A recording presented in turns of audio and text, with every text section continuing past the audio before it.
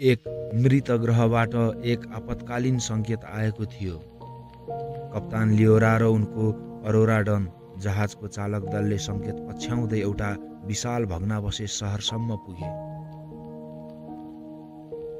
जहाँका गगनचुम्बी टावरहरू भत्किएका थिए, सडकहरू समयको धुलोले ढाकिएका थिए, कुनै जीवनको चिन्ह थिएन। तर सन्देश बारम्बार गुन्जिरहन्थ्यो, हामी अझै यहाँ छौँ। उनीहरू अन्वेषण गर्दै गए र भवनका पर्खालहरू तरल गिलास जस्ता चम्किन थाले।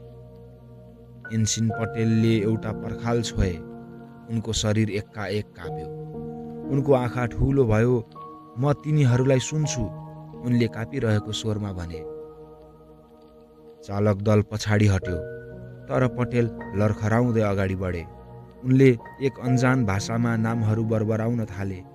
पर्खालहरू फेरि तरल जस्तै तरङ्गित भए र अचानक लम्बेतान आकृतिहरू देखा परे।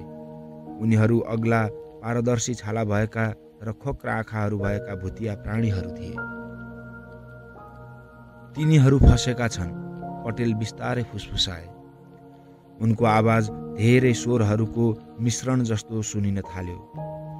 तिनीहरूको चेतना ढुङ्गामा प्रतिध्वनित छ।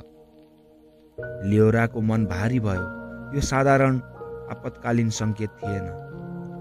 यो सभ्यताले एउटा महाविनाश आउनु अघि आफूलाई आफ्नै भवनभित्र अपलोड गरेको रहेछ। तर केही गडबड भयो। तिनीहरू मरेका थिएनन्।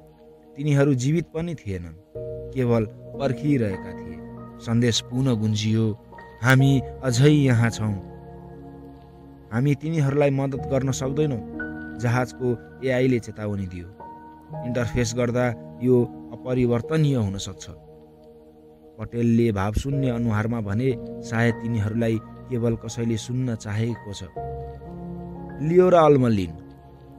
अनि उनले बिस्तारै पर्खाललाई छोइन्। संसार धमिलो बन्यो।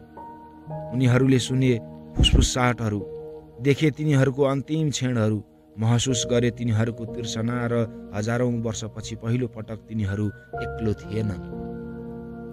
जब चालक दल जहाजमा फर्कियो, सङ्केत अन्ततः रोकियो।